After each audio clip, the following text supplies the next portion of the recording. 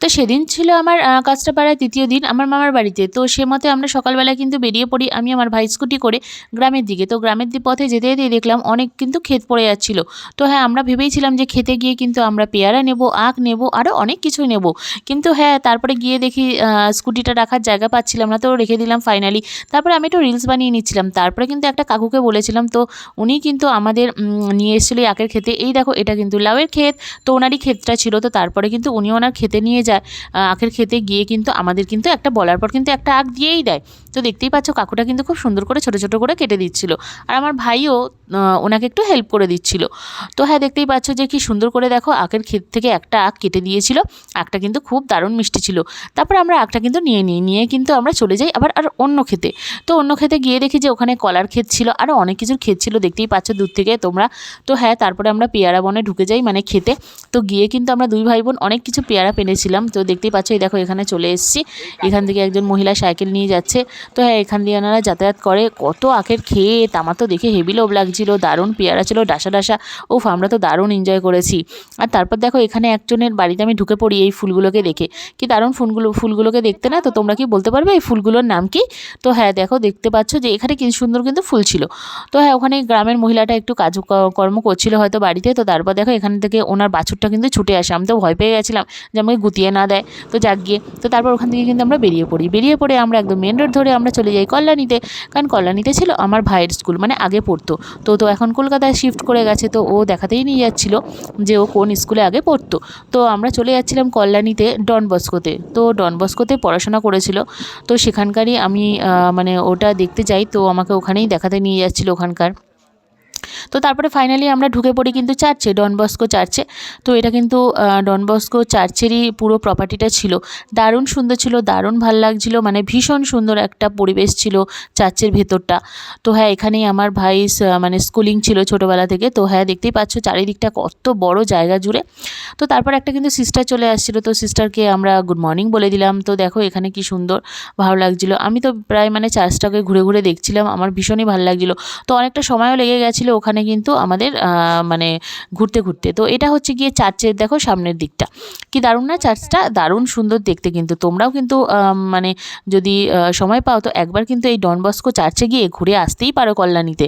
তোমাদের কিন্তু বেশ ভালো লাগবে। তখন কিন্তু চার্চ কিন্তু বন্ধ ছিল ওই সময়টা, তার জন্য কিন্তু ভেতরটা আমরা ঢুকতে পারিনি। তো তারপরে দেখো এটা ব্যাক সাইডটা আমরা কিন্তু ঘুরে ঘুরে দেখছিলাম দুইজন মিলে।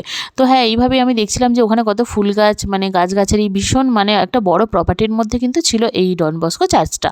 তো আমার তো ভীষণই ভালো লাগছিলো। তো তারপর দেখা হয়ে গেছিলো। তো তারপর কিন্তু আমরা বেরিয়ে আসছিলাম ওখান থেকে। তো বেরিয়ে আসতে আমরা দুজনে মিলে গল্প করছিলাম এবং আমার ভাই অনেক কিছু বলছিল, যাই হোক চার্চের সম্বন্ধে। তো ওখানে অনেক অনুষ্ঠানও হচ্ছিলো সেদিনকার। আমরা দেখতে পাচ্ছিলাম যে আশেপাশে কিন্তু অনেক মানে মাইক চলছিল, আওয়াজ হচ্ছিল, গান বাজনা হচ্ছিল। তো কোনো আর কি ওদের অনুষ্ঠানই হবে, খ্রিস্টানদের কিছু ছিল। তো তারপরে ফাইনালি কিন্তু চলে আসি মা বাড়িতে। তো দেখতেই পাচ্ছ কত আখ, আর এদিকে দেখো এক প্লাস্টিক ভর্তি কিন্তু পেয়ারা এনেছি। আর তারপরে কিন্তু মোচাও এনেছিলাম একটা, আমাদের একটা মোচাও দিয়েছিল। আর আখগুলো দেখেছো কত মোটা মোটা, দারুণ মিষ্টি। আমরা কিন্তু অনেক কিছু কালেক্ট করেছি। তারপরে কিন্তু আমরা সবাই খেতে বসে যাই, মানে অথেন্টিক একটা পেয়ারা পেড়ে নিয়ে আসা, খাওয়ার মজাই আলাদা। এদিকে আমার দিদি আখ নিয়ে বসে পড়ে, এদিকে আমার ভাই পেয়ারা খাচ্ছিল আর আমিও পেয়ারা খাচ্ছিলাম দারুণ মজা করে। মানে গাছ থেকে পেড়ে খাওয়ার মজাই কিন্তু আলাদা ছিল, সেরা ছিল। আর যেহেতু ওখানে চাষ করা হয় তো ওখানকার মানে পেয়ারার স্বাদটাই কিন্তু আলাদা। আর আখেরও স্বাদটা কিন্তু দারুণ ছিল, দারুণ, মানে একদম মিষ্টি একদম, আর একদম অথেন্টিক। তো দেখো দুপুরবেলা লাঞ্চে ছিল কিন্তু কচুর শাক, উফ আমার তো ফেভারিট। আর এখানে একটা ছিল মাছের ঝাল, আর ছিল লেবু। আর কি হয়েছিল দেখো, এটা হচ্ছে গিয়ে আমি তো মানে অলরেডি খেতেই শুরু করে দিয়েছিলাম কচুর শাক দিয়ে। তারপরে চলে আসে আমাদের শো স্টপার, একদম খাসির মাংস, পুরো একদম চর্বি দেওয়া রেয়াজি খাসির মাংস। ওফ আমার তো দারুণ লাগছিল। দেখো কি সুন্দর রেয়াজি পিসটা আমাকে কিন্তু দিয়ে দিয়েছিল। তো এক বাটি আমার মাসি আমাকে কিন্তু দিয়ে দেয়। তো আমরা কিন্তু জমিয়ে আমরা লাঞ্চটা করি। আমার তো এখনই জিভে জল আসে, দারুণ ফাটাফাটি মানে মাটনটা হয়েছিল। তো এই দিয়ে আমরা সেদিনকার কিন্তু দুপুরে লাঞ্চটা সারি। তো এদিকে দেখো দেখতেই পাচ্ছ, এদিকে মাও খাচ্ছিল, ওদিকে মেসো খাচ্ছিল, আমি খাচ্ছিলাম, দিদি খাচ্ছিল, আর আমার মাসি কিন্তু সবাইকে বেড়ে বেড়ে দিচ্ছিল খাবার দাবার। আর ততক্ষণে ভাই আর মামি সবার কিন্তু খাওয়া হয়ে গেছিলো।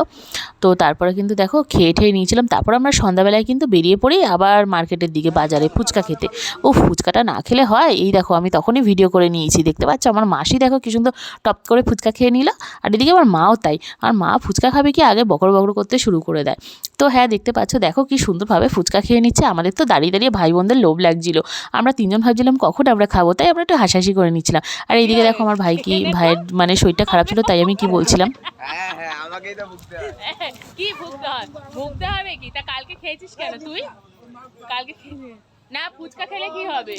তো হ্যাঁ, অ্যাকচুয়ালি আমার ভাইয়ের মানে শরীরটা খারাপ ছিল, মানে পেটটা একটু খারাপ হয়ে গেছিলো, যে কারণে ও ভাবছিল যে ফুচকা খাবে কি খাবে না। তো আমি ওকে বলছিলাম যে হ্যাঁ খেয়ে নে, কিচ্ছু হবে না, কোনো ব্যাপার না। তো ওইটা নিয়ে আমরা হাসাহাসি করছিলাম, আর ওর পেছনে একটু লাগছিলাম আমরা, তো একটু রেগে যাচ্ছিলো। তো জাগিয়ে গাছ, তারপরে কিন্তু আমরা খাওয়া দাওয়া করে নিয়েছিলাম, ফুচকাটা পেট ভরে একদম টপাটপ খেয়ে নিয়েছে। এইবার দেখো আমি খাচ্ছি, এই দেখো এবার আমার ভাই আমাকে মানে ক্যামেরা করে দিচ্ছিল। তো হ্যাঁ, দেখতেই পাচ্ছ ফুচকাটা কিন্তু দারুণ টেস্টি হয়েছিল। তাই একটু নুন কম ছিল বলে আমি একটু বললাম, না ঝাল কম ছিল, যে একটুখানি দিয়ে দাও। তো কাকুটা বেশ ভালো করে একদম মেখে ঠেকে, আচ্ছা আমাদের কলকাতায় কিন্তু 10 টাকার এখন 4টে ফুচকা দেয়, জানো তো। আর ওখানে কিন্তু কাঁচরাপাড়ায় কল্যাণীতে এখনও কিন্তু 10 টাকার কিন্তু 6টা ফুচকা দেয়। আমাদের কিন্তু 6টা ফুচকাই দিয়েছিল। তো 6টা কিন্তু ভালো পেট পুরো একদম খেয়ে নিয়েছিলাম। ওদিকে দেখো আমার দিদিও গপাগপ খাচ্ছে, আর এদিকে তো আমি তো একদম গপাগপ, একটার পর একটা। দেখো এই দেখো দেখো, তোমাদেরকেও দেখাচ্ছি। তো আমার তো হেভি লোভ লাগছে। তারপরে মা একটু চলে যায় গাছের দোকানে। তো এই কাকুটা দেখো গাছ বিক্রি করছিল, গাছের চারা, আর তার সাথে কিন্তু মানে ওটা কি বলে, সার ছিল। তো মা কিন্তু সেটাই কিনে নিচ্ছিল, সার আর গাছের চারাই দেখছিল।